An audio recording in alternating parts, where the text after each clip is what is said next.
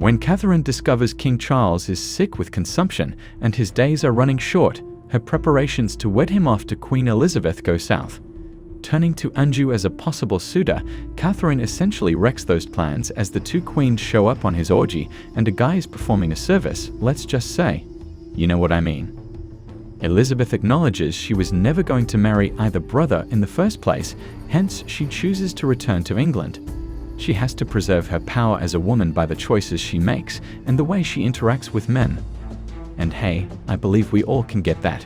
She hands Catherine the document Louis Bourbon signed, signifying their treachery before she goes. This drives the Bourbons to look out for themselves and engage in their natural activities. They depart the palace pledging themselves to Edith. Eventually, Catherine visits Anjou and tells him she embraces his nature and who he is after, earlier shouting at him. She wouldn't alter one thing about him either.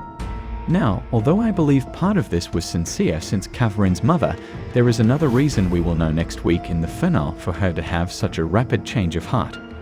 Princess Margaret clearly harbors affections for Francois de Guise from the beginning of the season.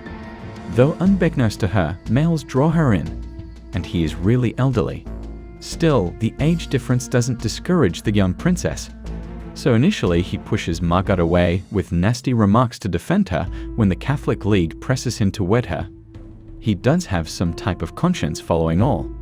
But his cunning mother won't let things go so naturally, so she talks with Margaret to get the princess to go to persuade her as well. First, Catherine agrees. She obviously has another thing planned though, and in the last minutes of the Serpent Queen Season 2 Episode 7, we witness that. She advises the Protestant leader that having Princess Margaret wed Henry de Guise, Antoine's son, will help to maintain harmony with Edith. We'll see whether this really does transpire.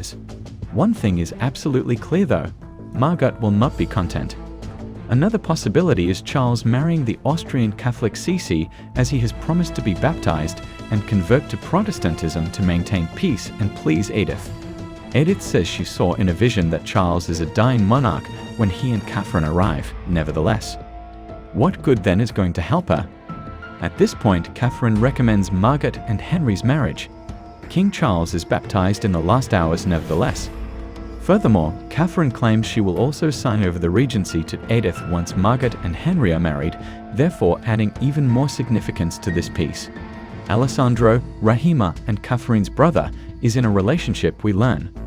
Apart from pilfering money from his sister, Alessandro approaches Queen Elizabeth about an investment possibility in the New World, and he wants Rahima accompanying him.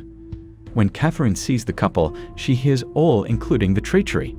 And Rahima tells Catherine lies when asked about the missing money. Roguery did not desert Catherine even if they argued in episode 6. 6 traitors surround her.